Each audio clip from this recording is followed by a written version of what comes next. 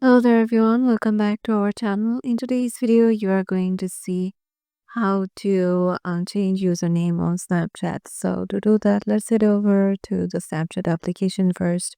Once you're there, make sure that you're logged in into your desired Snapchat account and then head over to the Bitmoji on the top left.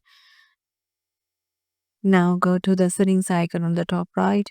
Now on the top, you will find the username just beneath the name.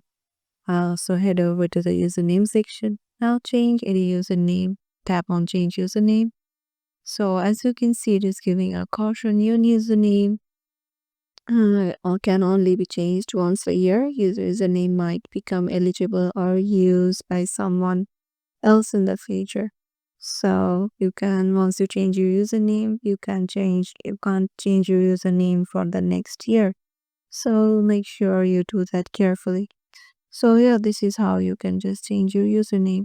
Hope this video helped you out and we'll see you in the next video.